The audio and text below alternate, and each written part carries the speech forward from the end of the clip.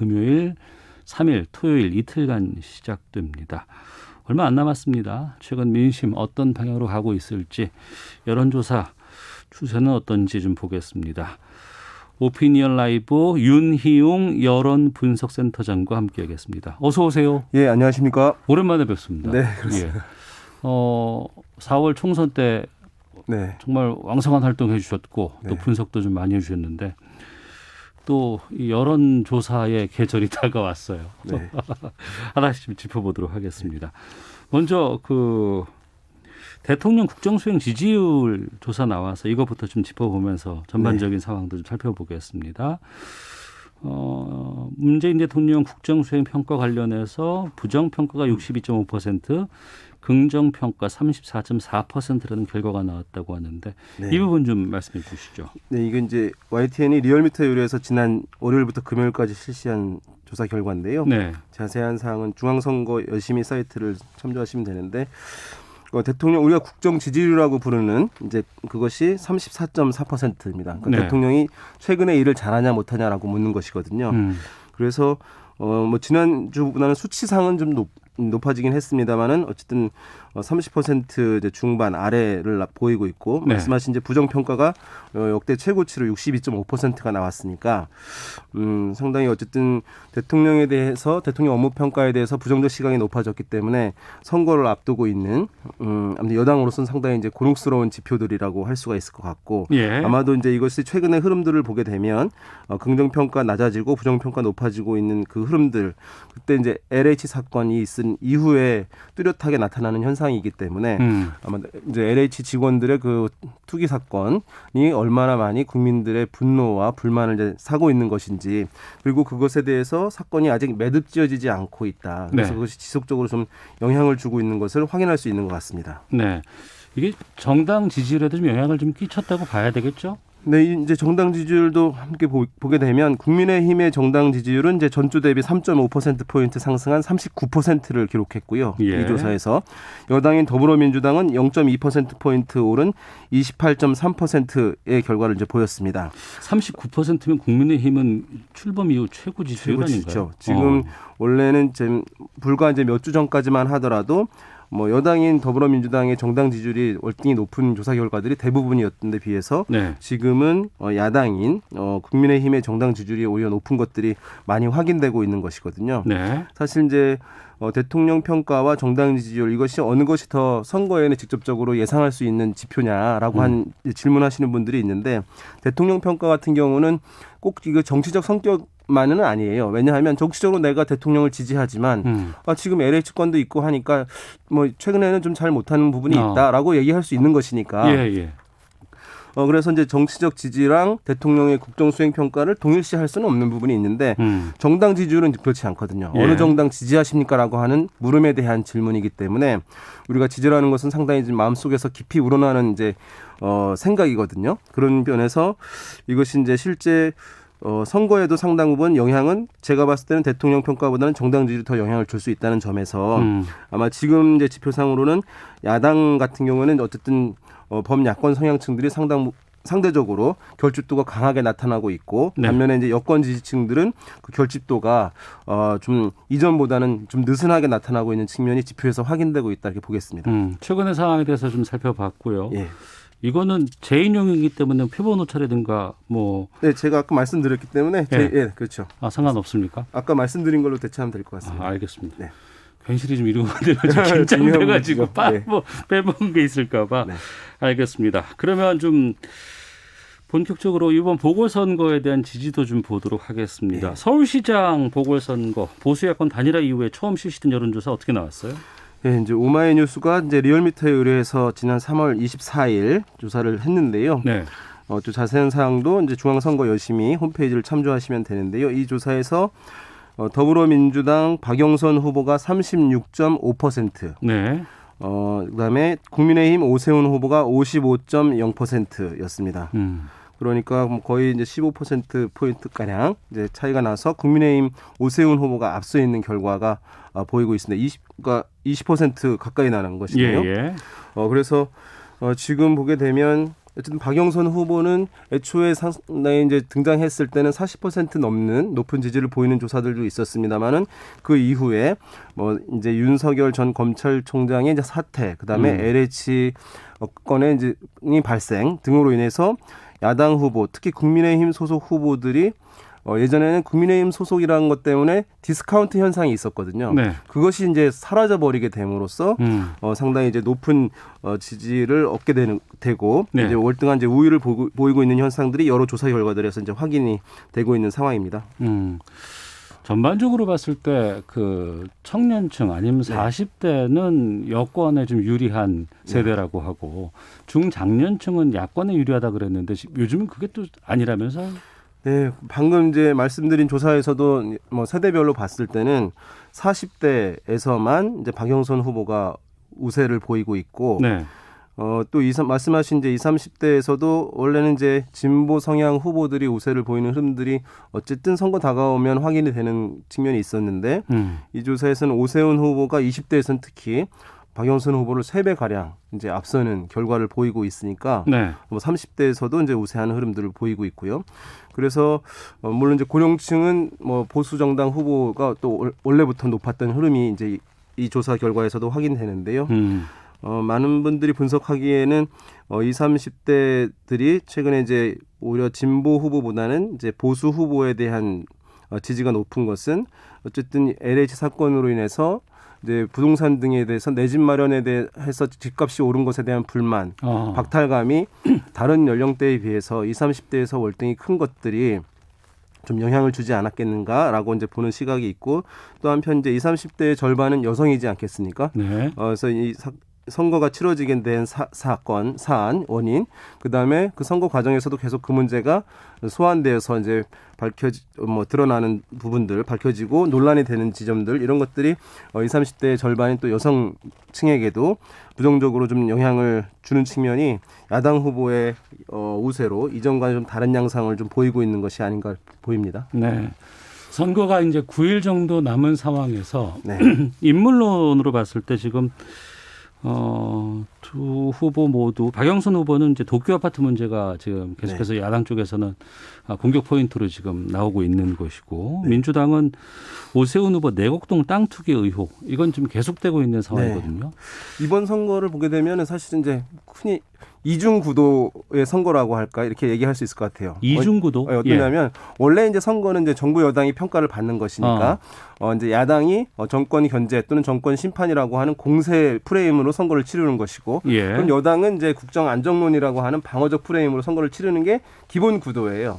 이번에도 지금 그 구도는 이어지고 있는 것이죠. 야당의 정권 심판 공세가 상당히 이제 거센 상황이고, 국정 안정론으로 버티기엔 여당이 좀 버거워 보이는 그런 상황이라고 할 수 있는데, 그것을 이제 인물 구도로 내려가서 봤을 때는 오히려 공수가 반대인 상황이죠. 만약에 물론 이제 야당에서도 여당 후보에 대한 공세가 있습니다만은, 특히 이제 오세훈 후보의 내곡동 사건 그 토지권 관련해서 여당의 공세가 굉장히 이제 강하게 일어나고 있는 상황이거든요. 예, 그리고 확인 관련된 여러 가지 보도들이 계속 쏟아지고 있고요. 부산도 사실은 마찬가지인데, 그래서 그런 측면에서 전체 큰 틀에서는 야당의 공격, 여당의 방어인데, 인물 구도에서는 오히려 이제 여당의 공격, 야당의 방어, 이제 이중 구도 현상으로 나타나고 있는데, 뭐 지금 조사 상으로는 먹히는 것은 이제 큰 틀의 차원이 더 먹히고 있는 것이라고 할 수가 있겠고, 말씀하신 대로 지금 서울 시장 선거 같은 경우에는 이제 오세훈 후보의 이제 내곡동 땅 투기 의혹을 이제 여권에서 공세를 하고 있는데, 또 야권에서는 방어를 할 때 그것에 대해서 해명하는 방어 이제 전략이 있는 것이고,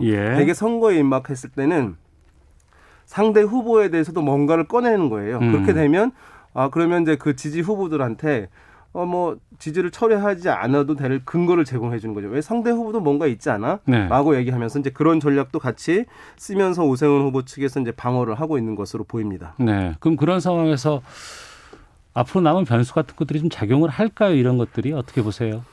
지금 사실은 이제 4월 7일로 하면 제법 남았지만 사전 투표일로 하면 4월 2일 금요일이기 때문에 이제 4일 정도밖에 남지 않은 상황입니다. 그러네요. 제가 봤을 때는 사전 투표 본 투표일이 평일이기 때문에 사전 투표 때 투표율이 더 높을 수도 있거든요. 그래서 사실 투표할 수 있는 선거일 자체가 얼마 남지 않은 그런 상황이어서 특별한 어떤 변수가 나타나기는 쉽지 않아 보이고 그런 상황에서 제가 봤을 때는 마지막으로 이것이 투표장의 여론조사 결과는 선거 결과랑 다를 가능성이 있는 것이거든요. 여론조사와 선거 결과는 다를 수 있다. 왜냐하면 이제 여론조사는 투표에 참여하지 않을 분들도 포함된 여론이에요. 그런데 선거 결과는 투표에 참여한 사람들만의 여론인 것이거든요. 투표장에 누가 많이 가느냐. 그렇죠. 그렇기 때문에 여권이든 여당이든 야당이든 간에 이제 그 지지층들을 투표장에 누가 더 많이 나가게 하느냐. 그러니까 투표 의지를 높이는 제고하는 것. 그것이 이제 막판 며칠 남은 상황에서 어쨌든 여야 후보들이 자기의 지지층들이 투표를 방심하거나 또는 포기하지 않고 투표장으로 많이 유인하는가 여부가 뭐 제가 봤을 때는 마지막 저 변수가 아닐까 생각됩니다. 부산시장은 지금 여론조사가 어떻게 나왔어요? 부산시장 같은 경우는 서울만큼 이제 조사가 많이 나온 것은 아닙니다만 네. KBS 등 방송 3사가 코리아 리서치 등 여론조사 기관 3곳에 의뢰해서 지난 이제 20일, 21일 양일간 이제 조사를 한 것이고 자세한 20일이면 조금 좀 됐네요, 시간이. 네. 예. 자세한 사항은 이제 중앙선거 여론조사 심의위원회 사이트를 참조하시면 되는데 여기서 박형준 후보가 38.5%, 그 다음에 여당인 김영춘 후보가 26.7%를 얻었거든요. 그래서 11.8%포인트 차이로 제1야당인 이제 국민의힘 박형준 후보가 여당인 김영춘 후보를 이제 앞서는 그런 결과를 보이고 있고 다른 조사들에 비해서는 격차는 뭐 약간 좁혀진 측면이 있습니다만 여전히 두 자리 격차가 지금 나고 있는 상황입니다. 여기도 네거티브 공방이 치열한 곳이잖아요. 그렇습니다. 여기는 뭐 거의 최근 한 이제 일주일 열흘 간격으로 매일 이제 새로운 이슈들로 여당에서 박형준 후보에 대한 이제 공세들, 뭐 LCT 아파트 고가 아파트에 산다 이런 공격부터 해서 여러 가지 나오고 있는 상황인데 일정 부분 이제 영향을 주는 측면도 있고 또 그것이 충분하게 또 주지 않는 측면도 함께 있는 것 같긴 합니다. 다만 이제 이 조사를 보게 되면 아직 지지 후보를 정하지 않았다라고 하는 부동층을 이제 총합해 보게 되면 30% 내외가 되거든요. 그런 거 선거로 가까우게 되면 원래 이 부동층이라는 비율은 줄어드는 것이 일반적인 현상이긴 합니다. 그런데 이 지역 같은 경우는 또 그렇게 줄어들지 않고 있는 측면이 있어서 막판 이제 여당의 네거티브 공세가 과연 이제 최종적으로는 어떻게 영향을 줄지 또 실제 영향을 주고 있는 것인지 주목되고 있는 부분이라고 하겠습니다. 네, 서울, 부산 모두 여론조사상으로 보면 민주당 후보가 국민의힘 후보에게 밀리고 있는 상황인데 그리고 이게 일관되게 지금 여론조사에서는 드러나고 있는 입장이거든요. 앞서 제가 시간 갈수록 선거 판세가 박빙으로 갈 것이라며 지지층 결집하려는 민주당. 그리고 국민의힘은 아니다. 이거 너무 낙관하지 마라. 지금 민주당이 절대 열세라고 단정하기 어렵다. 이렇게 지금 말하고 있는 상황인데 이 지금 나오는 여론조사를 우리가 어떻게 이해를 해야 돼요? 그리고 과거에 보면 특히 여론조사가 뭐 보궐선거라든가 서울시장 선거 같은 경우에 아니면 총선에서도 맞지 않는 경우가 꽤 있었다. 이런 얘기들 많이 하거든요. 과거에 맞지 않는 대표적인 사례로 2010년 지방선거. 그래서 당시에 이제 한명숙, 오세훈 후보가 맞붙었었고 또 2016년 총선에서도 이제 오세훈 후보가 정세균 후보와 맞붙었을 때 이제 조사 결과가 실제 선거 결과와 다르다. 대표적인 예로 드는데요. 그래서 항상 아까 말씀드린 대로 여론조사 결과는 선거 결과와 다를 가능성이 충분히 있는 것입니다. 다만 이것이 2010년대, 2016년대의 사례를 들어서 하는 것은 이제 바람직하지 않은데요. 왜냐하면 2016년만 해도 벌써 5년 전 아니에요? 네, 그때까지만 하더라도 2016년에는 훨씬 더 그렇고 2016년은 약간 그랬는데 가구 전화를 중심으로 조사가 이루어졌어요. 집 전화? 집 전화를. 이미 그때 집 전화의 뭐 등재 비율이라고 하는데 갖고 있는 사람 보유율이 사실은 40%를 넘지 못했던 그런 상황이었거든요. 그러니까 조사에서는 대표성이 매우 중요하거든요. 그러니까 집 전화를 갖고 있는 사람이든 아닌 사람이든 간에 고르게 표집이 되는 것이 중요한데 집 전화를 갖고 있지 않은 50% 이상의 대부분의 유권자들은 배제가 됐던 것이에요. 그러다 보니까 만약에 우리가 이렇게 생각해 볼 수 있잖아요. 집 전화 없는 분들은 젊은 층이고 활동력이 있어서 약간 진보 성향이 있는 사람들 아닐까? 근데 그 사람들이 완전히 배제됐던 것이다 보니까 실제 결과를 열어보니까 다른 결과가 이제 나온 것이라고 할 수 있는데 그런데 지금 같은 경우에는 휴대폰 조사가 또 휴대폰 100% 조사가 대세가 되어 있어요. 아까 말씀드린 것들도 이제 휴대폰 조사가 80% 90% 이제 이상 또는 100% 되는 조사이기 때문에 그러면 이제 과거보다는 아마 이제 그 오차가 좀 줄어들지 않을까 생각하고 있고 최근에 있었던 뭐 지난 대선이라든가 지난 총선 같은 경우에는 이제 선거 결과와 여론조사 결과가 좀 비슷한 측면이 있었다고 할 수 있겠습니다. 네. 그러면 요즘에는 좀 여론조사 상당히 좀 그 실제 결과와 좀 밀접하다 이렇게 이해를 해도 될까요? 과거에 비해서는? 네, 그렇습니다. 그런데 이제 대선 같은 투표율이 높은 거는 더 좀 비슷합니다. 네. 왜냐하면 아까 제가 말씀드렸듯이 투표에 참여하지 않을 분들이 별로 없는 거예요. 다 관심 대선은 많으니까. 투표율이 이제 예, 예. 70% 80% 가까이 되잖아요. 예. 근데 이번 같은 경우는 이제 보궐선거다 보니까 제가 봤을 때 투표 참여율이 뭐 50% 내외 될 가능성이 있어 보이는데 그럼 절반은 안 나가는 거니까 그렇죠. 그때는 예. 좀 이제 오차가 발생할 수 있긴 한 부분이 있습니다. 그래서 이제 조사기관에서는 이런 문제를 해결하기 위해서 이번 선거에 투표에 참여하실 겁니까라고 질문을 하거든요. 예, 예. 그러면 반드시 투표하겠습니다라고 하는 사람들을 이른바 적극 투표층이라고 해서 그때의 부분들만의 결과를 다시 보긴 합니다.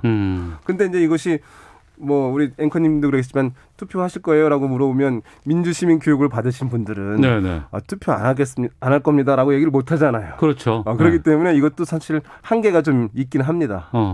보궐선거지만 관심은 높은 지금 선거예요. 네. 투표율이 어느 정도로 예상이 됩니까? 지금 과거에 봤을 때. 이제 보궐선거라고 하면 이제 네. 평일에 치러졌기 때문에 음. 한 40% 이제 초반대 결과 이제 그 투표율이 많이 나왔습니다. 예. 이번에도 사실은 이제 네거티브 공방이 많아서 투표장에 좀 안 가는 분들이 있지 않겠냐라고 한 때문에 굉장히 낮게 보시는 분들이 있긴 합니다만은 네. 이번에 이제 이번 보궐선거는 사실상 서울이나 부산 큰 선거에서는 사전 투표가 처음 적용되는 거예요. 보궐선거 치고. 네. 네. 그러면은 투표율이 사실상 3배로 늘어난 것이거든요. 휴일도 적용이 되고. 그러면 예. 직장인들도 이제 투표 접근성이 높아지는 것이기 때문에 그것을 감안한다고 한다면 여러 가지 좀 부정적인 이제 이슈들이 많아서 회피하시는 분들도 있고 또 코로나에 대해서 부담스러운 분들도 있지만 투표율이 사전 투표까지 적용된다는 점을 감안하면 제가 봤을 때는 50%는 넘겨서 뭐 50% 초반대 또는 뭐 중반대까지 갈 수도 있지 않을까 생각됩니다. 네. 여론조사 공표 금지 기간도 있죠. 선거 전 6일에 여론조사 이제 공표 금지가 되는데요. 예. 그러면은 이제 4월 1일 되는데. 근데 2일부터 네. 보궐선거 사전투표 있잖아요. 과거에는 이제 본선거를 기준으로 이 제도를 만든 것인데 네. 그 이후에 사전투표가 적용된 것이기 때문에 사실 혼선이 있는 제도라고 할 수 있고 지금 엄밀하지 않다고 생각합니다. 그래서 우리 국민들이 사실은 이 공표 금지도 그 최종 여론조사 결과에 유권자들이 휘둘린다라고 하는 문화적 관점 때문에 이것이 생긴 것이거든요. 근데 네. 제가 봤을 때 우리 유권자들 같은 경우는 상당히 높은 이제 의식을 가지고 있기 때문에 그런 것에 휘둘리지 않으리라고 보이거든요. 왜 다른 나라들은 유권자들은 안 휘둘리는데 대한민국 유권자들만 휘둘리기 때문에 이 제도를 둬야 하는가. 그래서 제 의견도 그렇고 학계의 의견도 사실 이거 여론조사 공표 금지 기간은 없애거나 최소한 하루 이틀 정도로 줄이는 게 필요하다라고 하는 시각이 있는데 곧 뭐 개정이 되기를 기대해 보겠습니다. 알겠습니다. 9일 남은 상황에서 막판 변수가 있을지에 대해서는 2부 시사구말리에서 좀 저희가 짚어보는 시간 오늘 준비하도록 하겠습니다. 자, 지금까지 윤희용 오피니언 라이브 여론분석센터장과 함께했습니다. 말씀 고맙습니다. 네, 감사합니다. 예.